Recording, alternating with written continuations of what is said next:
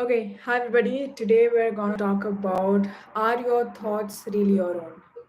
So, this is something that I've been wondering for a bit. And one of my primary focus areas, whether it comes to developing myself, to develop a bond with somebody else, or even while having discussions, is to always ask a very crucial question: how does this person think? What kind of a process goes in their mind, right? Just uncovering that. um, what kind of I mean, if we look at people and we say, oh, they're so smart, they're so intelligent, they're so intellectual, they're so knowledgeable. I want to ask a deeper level question and know that where does this knowledge come from? Do they read books? Do they listen to podcasts? What kind of studies have they done? What is their work like? What is their work like? Um, um, and what kind of research they do to gather that knowledge? Just like that, I also wonder how people think in general, right?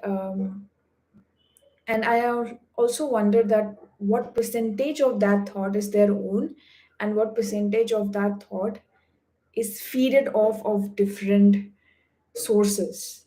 And that makes me wonder that if, let's say, hypothetically, I don't know the studies, but they say that 90% of the thoughts are not your own. But even if I say 50% of the thoughts are not their own, that means 50% of that thought they have gathered from other people, other sources. So I'm getting influenced by more than just one person there. There's a lot of, yeah, it's a lot to take in here. I've just been mulling over this idea.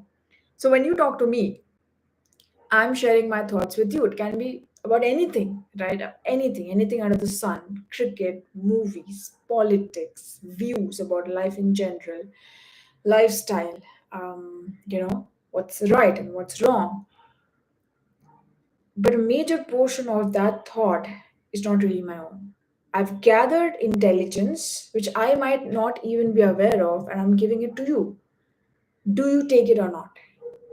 So, whenever we talk to people, we're getting influenced by not just one person, we're getting influenced by the entire influencers that they speak to. Yeah?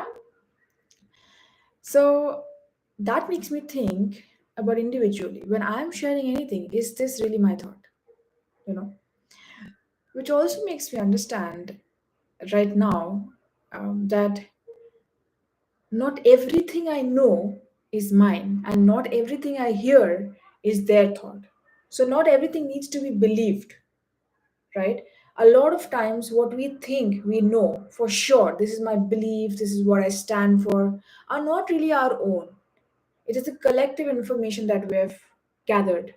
If I talk to you about, hey, this is what I think is right, this is what I think is wrong, or this is how I feel, I want to live my life, are those really my thoughts, or are those learnings I've gotten from my parents, my teachers? Yes, some of them I've sort of absolutely agreed to.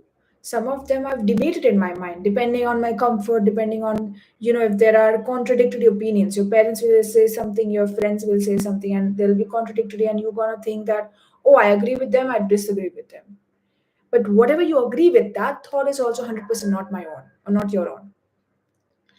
So, this is to think and actually question our belief systems, right? And this video idea, and I just posted an article on LinkedIn. The entire article, I have written it, but it's not really 100% mine, right? I have gathered it from different sources, I've collated it. So whatever we write, we speak, we say, we think, we feel, we believe are not 100% our own. And similarly for other people, it's a collective. Hence, question these thoughts and beliefs. Yes, are these really your thoughts? So, I had a therapy call and I was trying to figure out something that I was not really getting my hands on. I said, I have a very difficult time accepting something. Okay. And I don't know what to do about it. And my therapist told me, what goes on in your mind? And I said that, I know it is not something I should feel. If the person gives me information, in my mind I'm debating, right? And I know that I know what I'm feeling is not the right feeling. I just don't know what to do about it. And then we sort of dissected both of those feelings, and she told me the first thought that comes to your mind is conditioning. Society has told you what to feel. And the second is your own thought. So the first thought is a reaction, the second thought is a response. So then I thought, she's right. The second thought is what I actually feel, not the first thought. I have been beating myself up on, oh my God, this is how I'm judging people, this is how I feel about a certain particular person, or when people share things to me.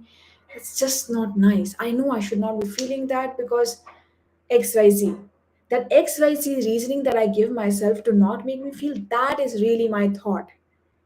So my thought is the response and not the reaction.